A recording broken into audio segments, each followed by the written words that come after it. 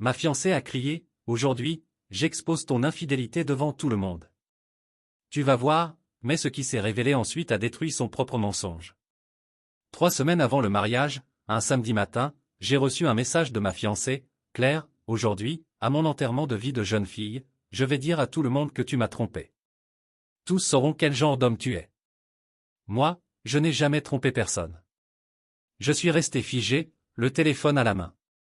J'ai 33 ans, je m'appelle Louis, je travaille comme chef de projet IT, et ma vie est entièrement documentée, calendrier, tracker de tâches, rapport. Tout est enregistré. Claire évoquait de longues soirées, des voyages d'affaires, des conférences, et affirmait posséder des preuves irréfutables. Je savais qu'il fallait vérifier les faits. J'ai appelé Pierre, mon ami expert en criminalistique numérique. Ensemble, en 3 heures, nous avons rassemblé chaque trace, historique téléphonique, carte d'accès au bureau, données GPS, relevés de cartes bancaires, mails et photos. Les résultats ont été immédiats et troublants. Sur les 6 dernières semaines, ces informations étaient incohérentes à 17 reprises. Les certitudes se sont inversées. Et si, au lieu de moi, c'était elle qui mentait? Le doute a fait place à la suspicion, et pour la première fois, je me suis demandé si je connaissais vraiment la femme avec qui j'allais me marier. J'étais arrivé au club de campagne à 13h45, quelques minutes avant le début officiel de l'enterrement de vie de jeune fille. L'endroit était somptueusement décoré, des guirlandes dorées, des centres de table délicats, et des fleurs fraîches disposées avec un soin presque obsessionnel. Environ 45 invités étaient présents, principalement des membres de la famille de Claire, mais ma mère et ma sœur avaient également fait le déplacement. L'atmosphère était chaleureuse en apparence, mais un sous-texte tendu flottait dans l'air, palpable à chaque sourire forcé et chaque regard jeté. Claire m'a repéré dès que je suis entré. Son sourire était froid, calculé, celui qu'on affiche quand on pense avoir déjà gagné.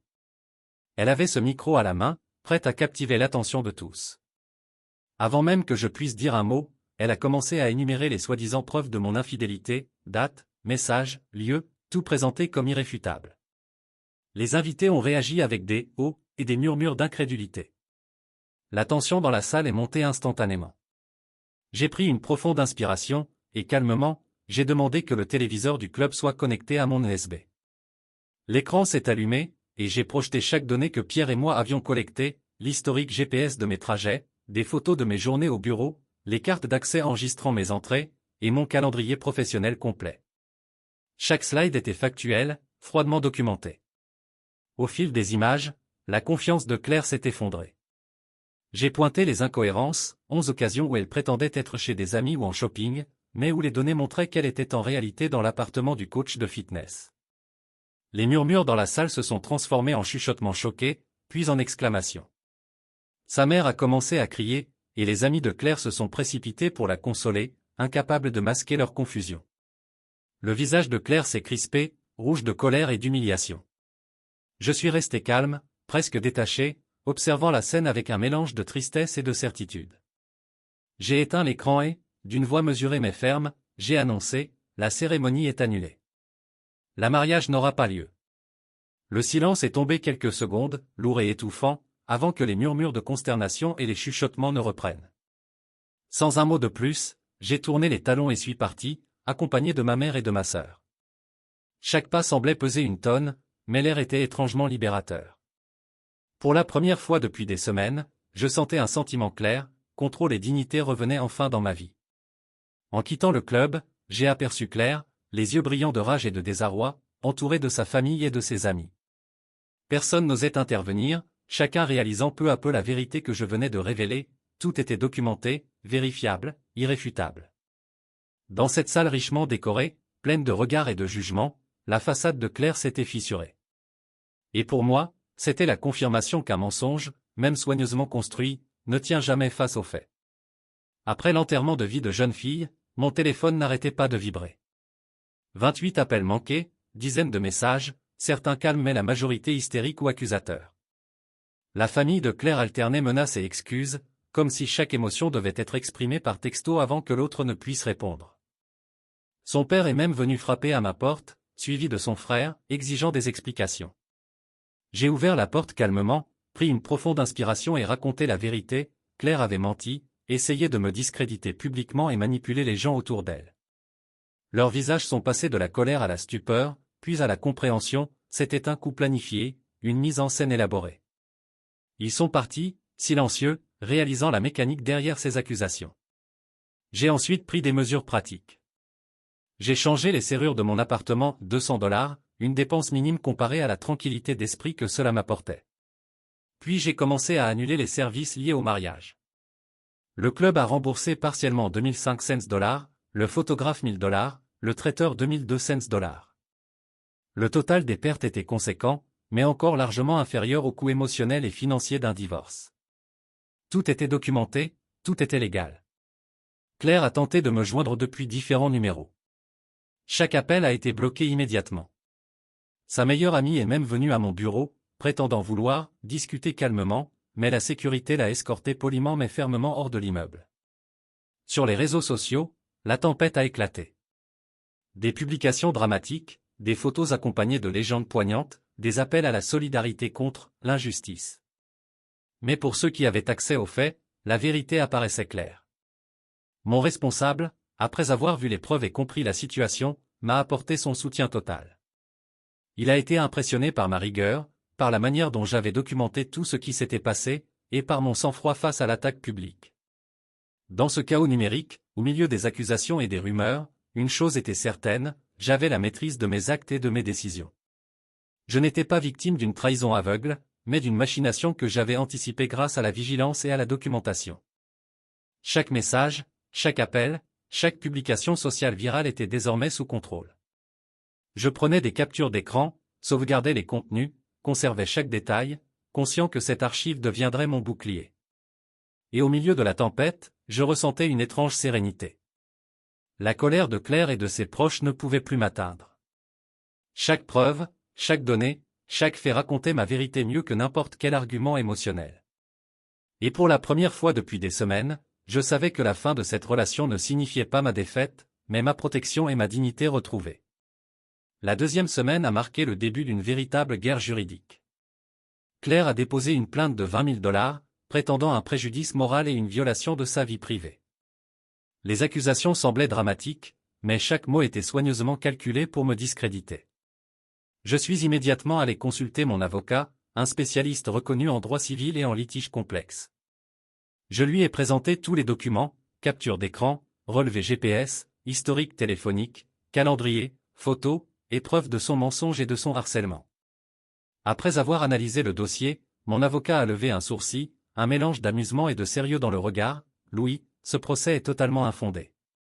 Nous pouvons non seulement le contester, mais également déposer une contre-plainte pour diffamation et tentative d'extorsion morale. » Cette perspective m'a donné un sentiment de pouvoir inattendu. Alors que Claire et sa mère continuaient de publier sur les réseaux sociaux, accusant le cruel Louis de manipulation et de froideur, les preuves réelles commençaient à émerger publiquement. Le coach personnel de Claire, qu'elle avait utilisé comme témoin indirect pour justifier ses absences, a fini par publier certaines conversations montrant clairement qu'elle mentait sur les lieux et les raisons de ses sorties. Les échanges démontraient qu'elle avait inventé des situations, prétendant être avec des amis alors qu'elle se trouvait ailleurs. Chaque publication, chaque message partagé, renforçait ma position et affaiblissait la crédibilité de Claire devant tout le monde. Les avocats ont tenté de négocier un règlement à l'amiable, mais mon avocat a refusé, le dossier de Claire n'avait aucune base légale. La tentative de pression était évidente, et chaque élément de preuve démontrait la manipulation.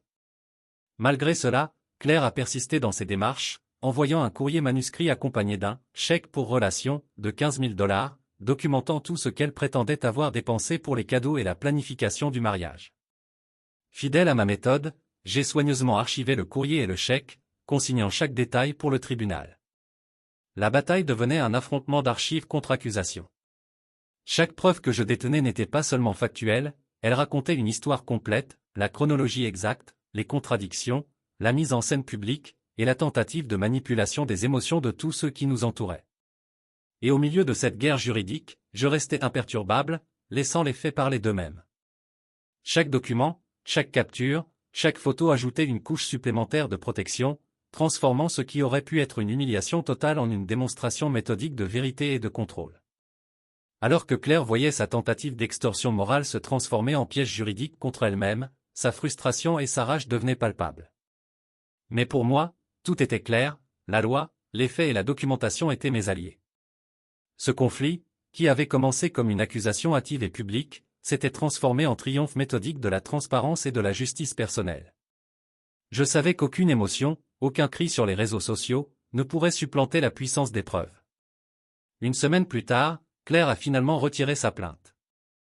Mon contre-procès restait actif, chaque document et preuve prêt à soutenir mes demandes. Mon avocat a émis les exigences finales, suppression immédiate de toutes les publications diffamatoires, publication d'un démenti officiel, et paiement de 5 000 $ pour couvrir les frais de justice. La pression légale et la documentation implacable ont fait effet rapidement. D'ici jeudi, tous les posts avaient disparu des réseaux sociaux, et 4 500 $ ont été versés, couvrant l'essentiel des frais judiciaires. Claire a quitté la ville pour retourner dans sa ville natale, racontant à sa famille et ses amis que la relation était toxique. Mais dans cette nouvelle version de l'histoire, ses tentatives de manipulation et ses mensonges étaient connus de tous ceux qui avaient suivi les faits. Ses amis, après vérification, ont présenté leurs excuses pour avoir cru à ses récits et avoir alimenté la campagne contre moi. Mon quotidien a lentement retrouvé son équilibre.